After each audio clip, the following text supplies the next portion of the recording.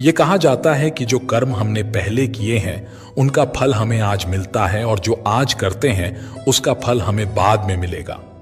तो ऐसी कोई व्यवस्था क्यों नहीं हुई कि जो हम कर्म आज करें उसका फल आज मिल जाए, ताकि दुनिया में से सारे भ्रष्टाचार और जितने भी बुरे कर्म हैं सब मिट जाएं।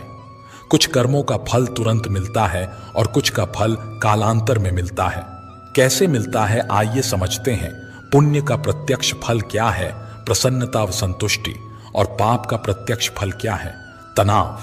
पुण्य किया, प्रसन्नता आई, संतोष मिला। पाप किया, टेंशन आई, संताप मिला। एकदम तुरंत।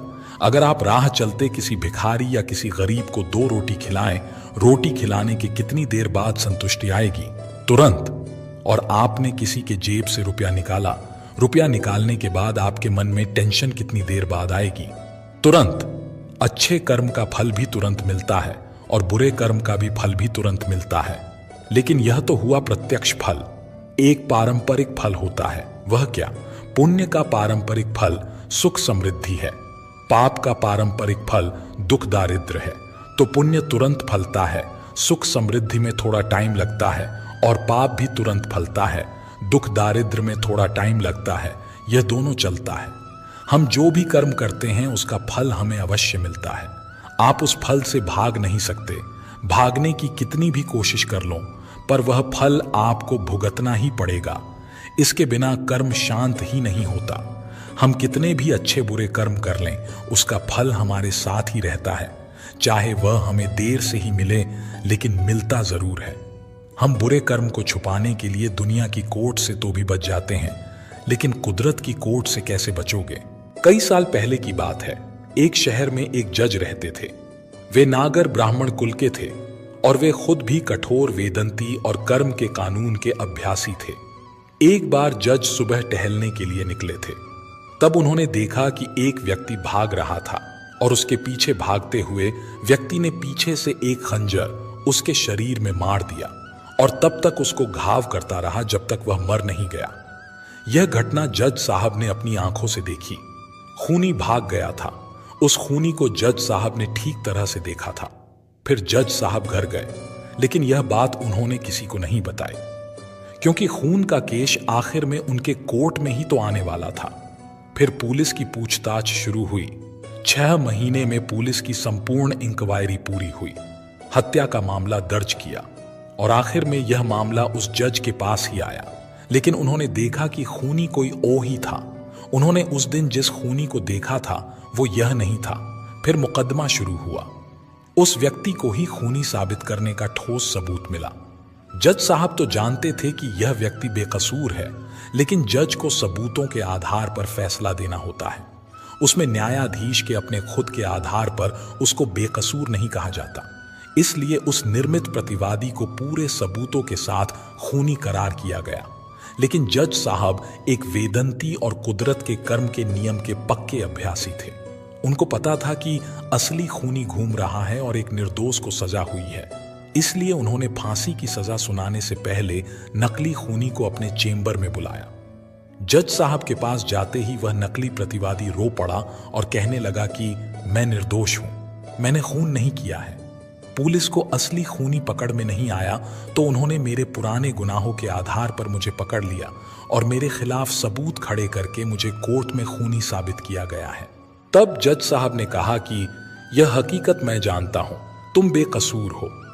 मैंने खूनी को अपनी आंखों से देखा था, लेकिन मैं इस मामले को कानूनी रूप से नहीं ला सकता, क्योंकि कानून सबूतों पर आधारित होता है।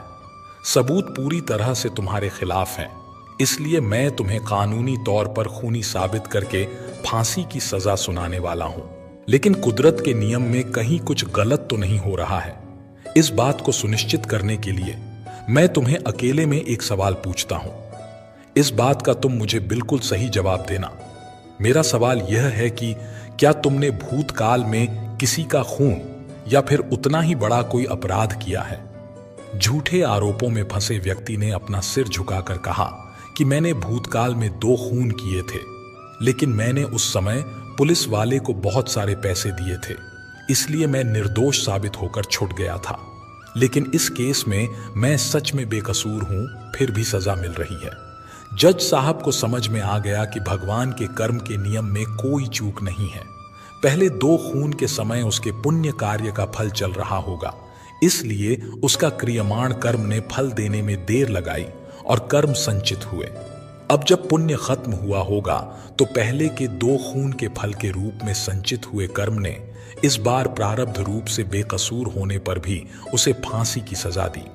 कुदरत ने जो कर्म के नियम बनाए हैं उसमें कोई गलती नहीं होती है। कोई भी कर्म करो उसका फल हमें मिलता ही है।